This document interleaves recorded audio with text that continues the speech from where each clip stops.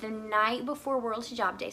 So I decided to take part in World Hijab Day, and I'm reading the Quran, and I was actually still toward the beginning of the Quran when... Assalamu alaikum, my name is Ashley, and I have been thinking about making this video for so long. So I wanted to share the story of how I found Islam, converted, because I get asked so much. So I converted in June of 2019. So at this point it's been just a little bit over a year, alhamdulillah. It's been quite a journey, and for some people it looked like my journey was 1 month, but for me I think it probably started when I was in college. I have grown up in the United States, in the state of Arkansas, so a southern state where, you know, we kind of live in what we call the Bible Belt. So Christianity is very big, a lot of people go to church, and then where I grew up, it's predominantly white people, and you go to church and you don't learn about a lot of religions, you don't have a lot of experience, I guess, with the outside world, you could say. So when I went to college is really when I got exposed to people of like other cultures and even people of color, to be honest. It typically is a topic of conversation when I tell people where I grew up. So I saw a flyer for a program, and they partner American students with international students. And I thought that that would be really cool, just like a fun experience, meet a new friend, learn something, be able to teach them something. And so it is a mentorship program where you were only required to speak with them like once a week or so. You know, you can email back and forth or meet up. So I remember going into this classroom, and it, I think, was bigger than they expected because it was a little chaotic. So eventually we were all sitting in these desks, and they kind of had the American students on one side, international students on the other. And I remember I was looking around the room trying to, you know, just kind of get a feel for everything, and I looked back and there was a girl sitting there. There were two girls wearing hijab talking, and I thought, that's her, that's my partner, I just know it is. So at one point, the woman kind of running the show is having people stand up and partnering them. And I can tell like she's gonna be really close to standing up at the same time I am. So when I saw her get ready to stand up, I stood up and the lady paired us together. And my partner was in grad school, originally from Saudi Arabia, and we became really good friends. So I got to spend about 2 years or so with her and learned so much. So we taught each other a lot, and you know, looking back, I don't really remember talking about religion a whole lot.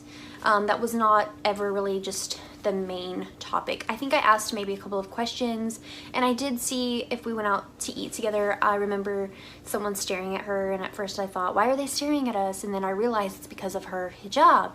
And I always wanted to stick up for her, and I wanted to be there for her. So eventually when we graduated, so I graduated with my bachelor's, and then she graduated with her master's, just a day apart. She left, and then that following January I was in grad school, and the night before World Hijab Day, so World Hijab Day is February 1st every year, so the night before I find out about it, right? So I think Facebook.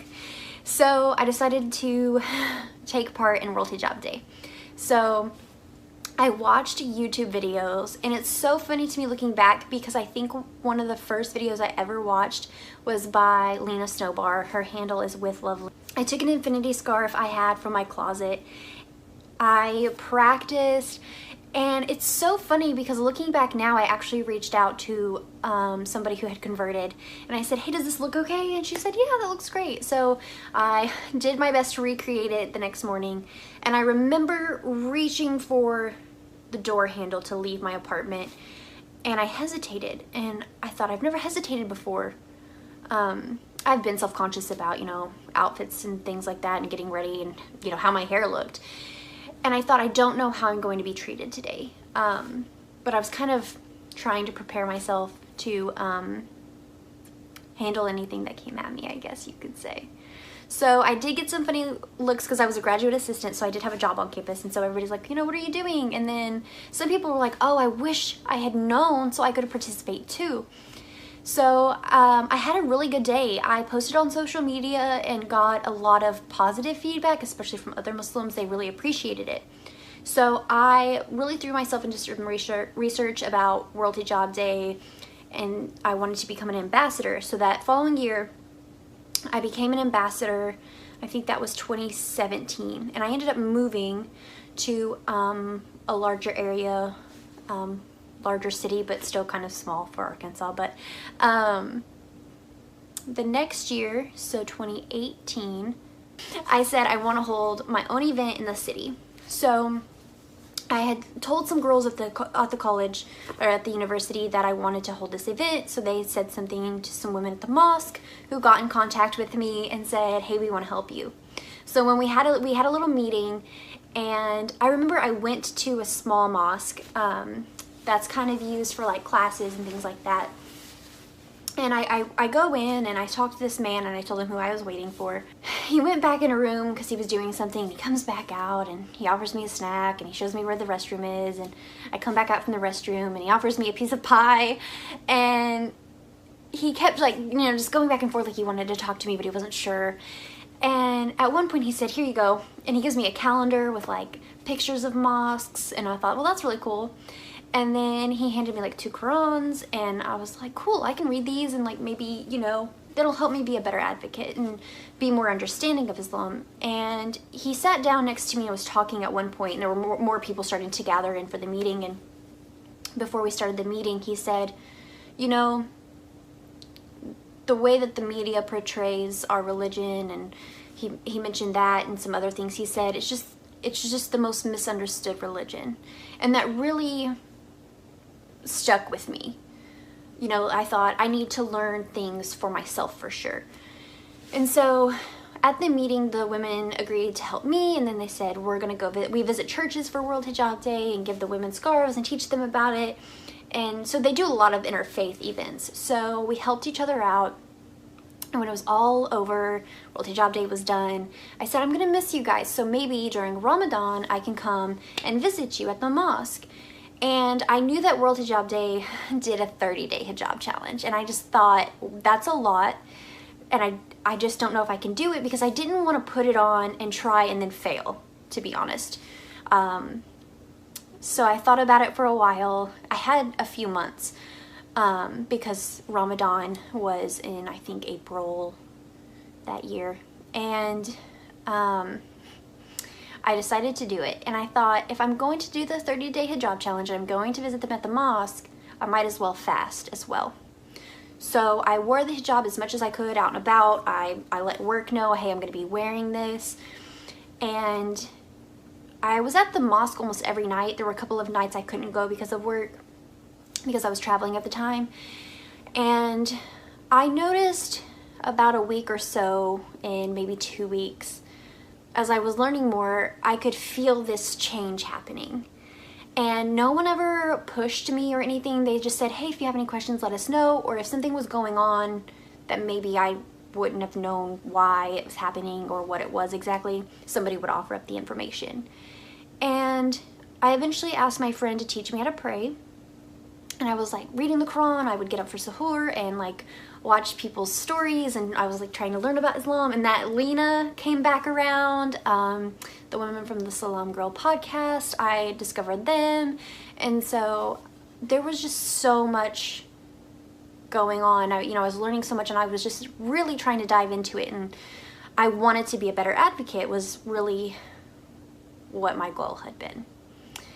But by the end of it, I was really falling in love with the religion. So one night, I'm at the mosque. It's toward the end of Ramadan. Everyone's praying, and I'm watching, and I'm reading the Quran. And I was actually still toward the beginning of the Quran when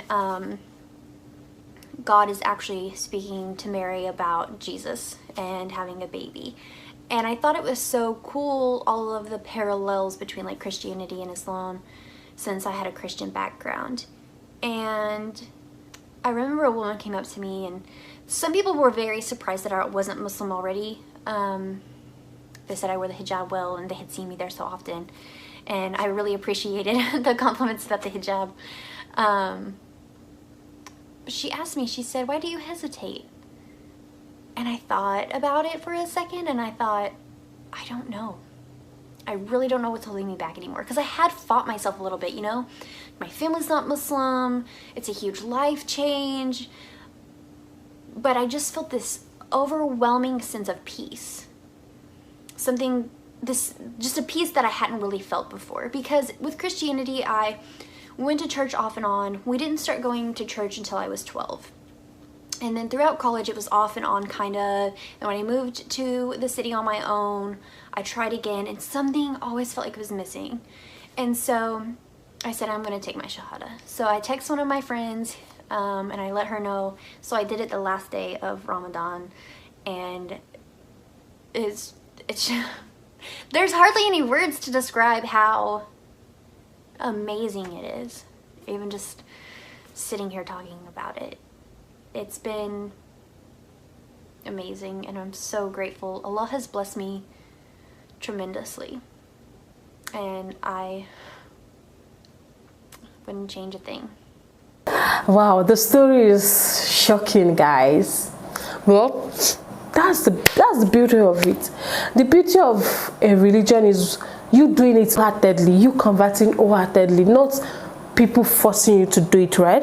But if you do it willingly, without a push from people, then you enjoy it. Like, that is the best way to stick to a religion, to serve God. What a beautiful story. I enjoyed it. Thank you so much for watching. Don't forget to smash that subscribe button for more. Like, share, and comment. I'll see you in the next one.